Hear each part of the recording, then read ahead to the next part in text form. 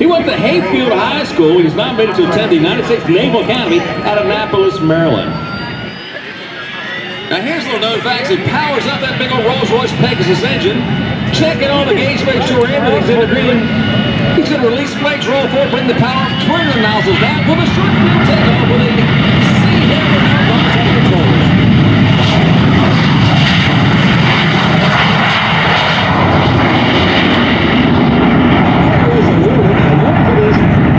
This man, not only is flyer,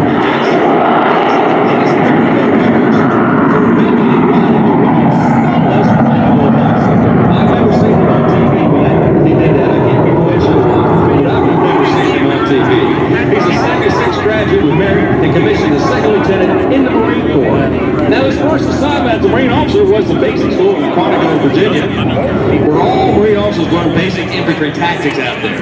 Now, he also went then to transfer to Pensacola, Florida, and began flight training in the T-28 Trojan, who we saw on Astronaut Joe Fly Boys earlier today. He soloed the T-28 with only 28 hours total flight time and only 14 flights. He was selected for jet ski, almost getting transferred to Kingsville, Texas, for advanced flight training. He flew Kingsville to T2 Buckeye from the great Art Nalls in the Sea Harrier high-speed pass.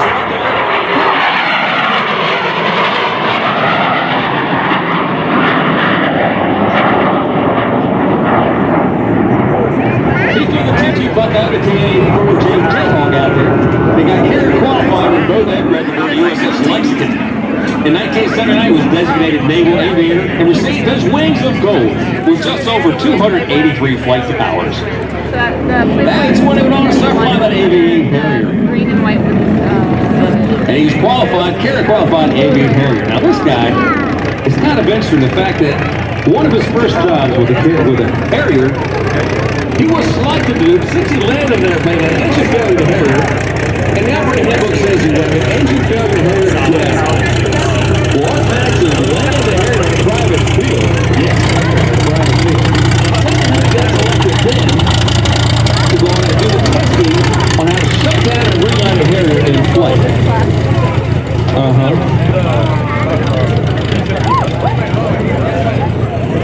He would climb to altitude, shut the engine off. He had to let the engine cool a certain amount of time before he could try to restart the engine. During that time, you're going, well, is this son of a gun going to start or not? And if it didn't start, I guess again, you're supposed to get out of the airplane.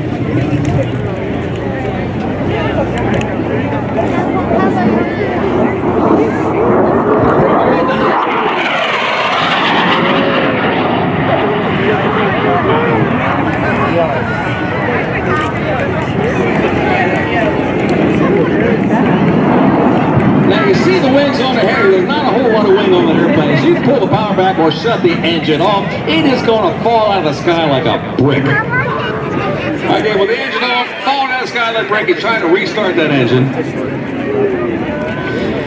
You only had time to do it twice. Maybe get it restarted. This is not the first time, go through the process again one more time to get it restarted the second time. He accumulated more than 6 hours of dead stick flight time in a Harrier. It may not sound like much, but think of it. He's only got maybe 30 seconds, maybe a minute at the most of free fall. Might as well be free fall in a Harrier with the engine shut off. He's got 6 hours of no engine time in an Aviator Harrier.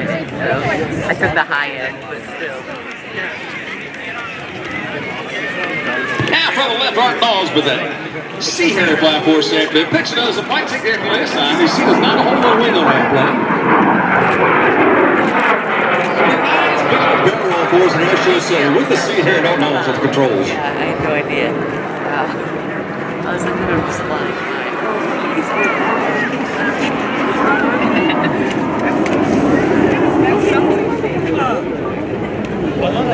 Now Art's a retired Marine Corps. You can see from right here.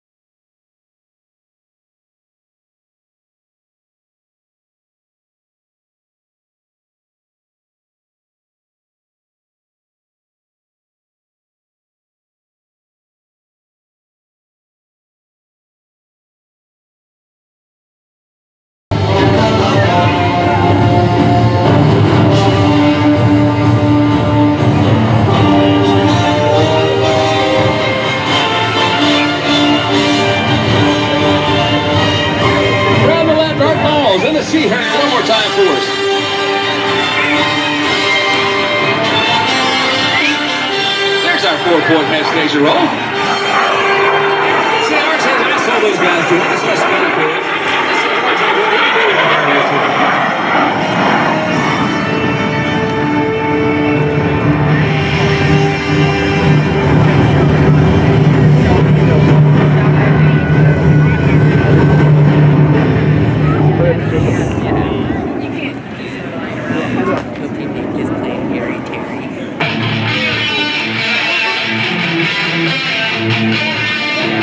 The Range Finder Aviator here is the only vertical takeoff landing aircraft they have in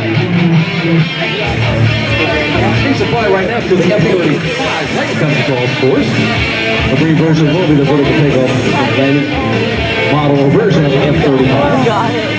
Art Nalls reposition right-hand side for this time. I think this is going to pitch up the brake. The Sea Harrier flying for us there. Again, the only, and think about it, the only civilian-owned flying Harrier in the world. We've got it right here. And he's based right here. Not the airplane itself, the West Virginia area.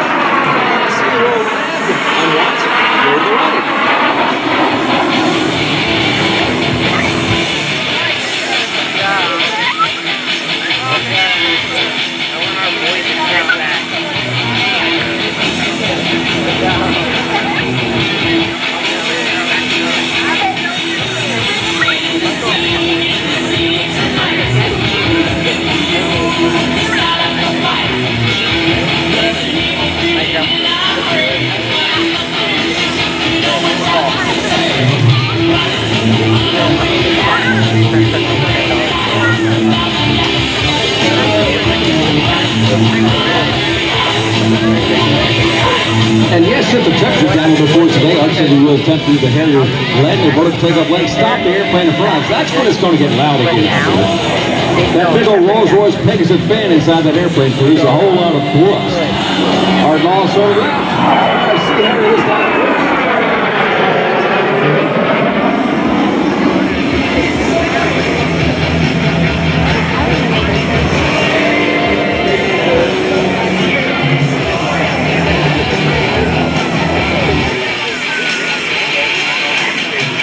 Looks like Art's slowing the Harrier down, coming back in airshow center for us. We'll slow the airplane at a certain speed now. Art's in there working the nozzles on the airplane.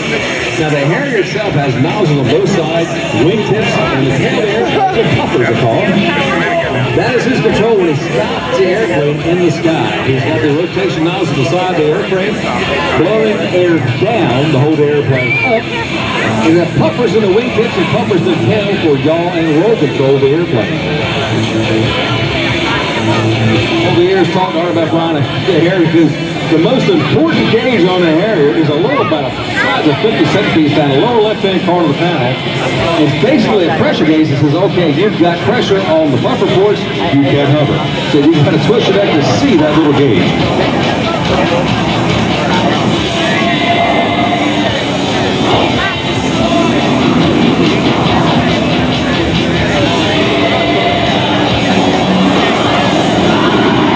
You can see the black smoke start to roll on the exhaust ports of the Harrier.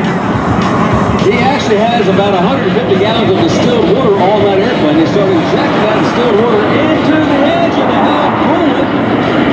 In the process, the coolant also cleans the turbine blades.